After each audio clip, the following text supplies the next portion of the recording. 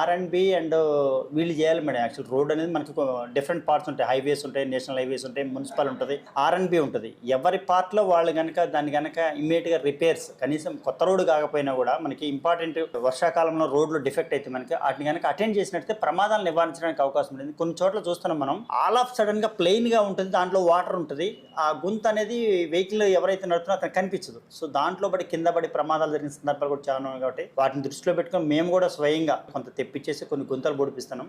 But మేము ఎంతవరకు అయితే చేయగలుగుతున్నాం అంతవరకు చేస్తాం. కానీ కన్సర్న్ డిపార్ట్మెంట్ రెస్పాండ్ అయితే ఇంకా ఈజీగా ఉంటుంది మేడం. మాకు మున్సిపల్ కానివ్వండి, రెవెన్యూ, ఆర్&బి కానివ్వండి, అండ్ ఎన్హెచ్ వాళ్ళు కానీ వీళ్ళు రెస్పాండ్ అయితే ఈజీగా ఉంటుంది. ముఖ్యంగా మాకు చింతగట్టు ఓఆర్ దగ్గర చాలా ప్రాబ్లం అండి, ఎవ్రీ డే ప్రాబ్లం మాకు. అక్కడ రోడ్ అంతా డ్యామేజ్ అయింది మొత్తం కంప్లీట్. నిన్న నైట్ లో కూడా ఒక లారీ యాక్సిల్ బ్రేక్ అయ్యి డౌన్ అయ్యి మొత్తం కంప్లీట్ నైట్ అంతా ఆగిపోతే వెహికల్స్ అన్ని లోపలికి వచ్చేసినాయి. ఆల్టర్నేటివ్ రోడ్ లేదు ఓఆర్ఆర్ ఎక్కడానికి, ఒకటే రోడ్. వాళ్ళు ఆల్ ఆఫ్ సడన్ గా ఫ్రీ లెఫ్ట్ ఇచ్చారు, అక్కడ ప్రాబ్లం అవుతుంది, రోడ్ డౌన్ అయిపోయింది మొత్తం.